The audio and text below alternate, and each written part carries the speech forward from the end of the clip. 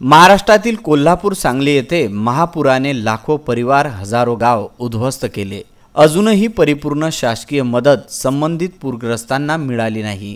त्यामुळे अनेक सामाजिक राजकीय लोकांनी येथे भरभरून मदत दिली आहे, परंतु परिस्थिती अद्यापही हाताबाहेर असल्यामुळे नांदुरा येथील भारतीय ज्ञानपीठ हायस्कूल व कनिष्ठ महाविद्यालय यांच्या वतीने नांदुरा शहरात विद्यार्थ्यांचा एक विराट मदत मोर्चा काढण्यात आला।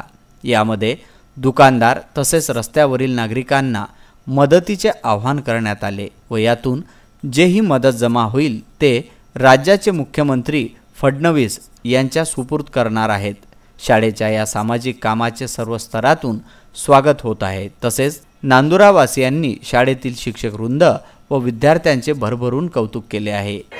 आज 23 ऑगस्ट 2019 रोजी भारतीय ज्ञानपीठ हायस्कूल व कनिष्ठ महाविद्यालय याच्या वतीने संपूर्ण नांदुरा शहरामध्ये पूरग्रस्तांकरता मदत फेरी काढण्यात आली।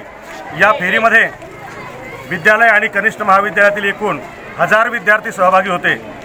विद्यार्थ्यांचा उत्साह देखील मोठ्या प्रमाणावरती होता। संपूर्ण शहरामध्ये या विद्यार्थ्यांनी फिरून जे दिसतील जेवढी होईल तेवढी मदत नागरिकांकडून त्या ठिकाणी गोळा केली। यावेळी शाळेच्या अध्यक्षा इंदिराबाई जुनघडे यांनी हिरवा झेंडा दाखवून मदत फेरीचे उद्घाटन केले। शाळेचे प्राचार्य VS पाटील, संस्थेचे सहसचिव दिनेश जुनघडे, MK इंगळे, ढवळे, पहुरकर, डाबेराव, बाठे, भावसार मॅडम यावेळी प्रामुख्याने मदत फेरीत उपस्थित होत्या।